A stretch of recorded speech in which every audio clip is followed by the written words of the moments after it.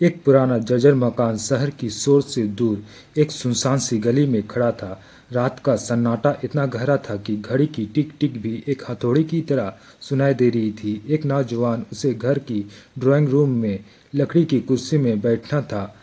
उसके सामने फर्श फर्श एक सफ़ेद चादर से ढका हुआ एक शांत शरीर पड़ा था। उसे हिदायत दी गई थी कि सूर्य के निकलने तक उसे यहीं रुकना है और प्रार्थना करना है और उस मृत व्यक्ति की रूह को हिफाजत करना है। शुरुआत में सब कुछ सामान्य था, लेकिन जैसे ही रात का दूसरा पल शुरू होता है, कमरे का तापमान गिरने लगता है। वह नौजवान को लगता है जैसे चादर के नीचे से वह शरीर थोड़ा सा हिला। उसने अपनी आंखों को मला और उसे लगा कि वह वहम है। अचानक उस घर के ऊपरी हिस्से से किसी की चलने की आवाज़ आई, चर चर।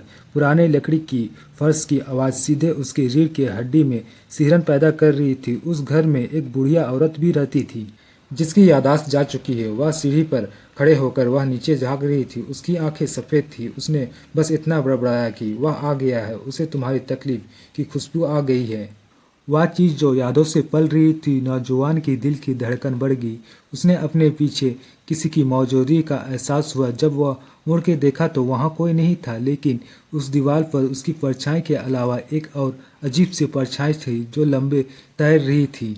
वह साया कोई मामूली भूत नहीं था, वह एक प्राचीन अभिशाप था जो इंसान की पुरानी दुखों और पछतावों को खाकर ताकतवर बना था। वह नौजवान के मन में अपनी बीती हुई कल का एक गहरा जख्म था, एक ऐसी गलती जो कभी सुधारा नहीं जा सकता था। वह साया जख्म को कुरेदने लगता है। उसे कमरे की कोनों से उसे अपनों की आवाज़ सुनाई देती है जो वो उसने खो चुका था।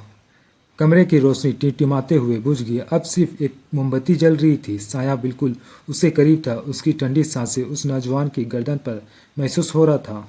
डर के मारे उसका गला सूख गया, लेकिन उसे समझ में आ गया था अगर वह हार मान जाए तो वह उस चादर के नीचे शख्स की तरह हमेशा के लिए खामोश हो जाएगा। उसने आंखें बंद की और अपनी गलती का स्वीकार कर लिया। उसने चिल्लाकर कहा, हाँ मुझसे गलती हुई, लेकिन अब मैं डरता नहीं हूँ। जैसे उसने अपने पछतावा का सामना किया, वह साया अपने से ही कमज़ोर होना शुरू हो गया।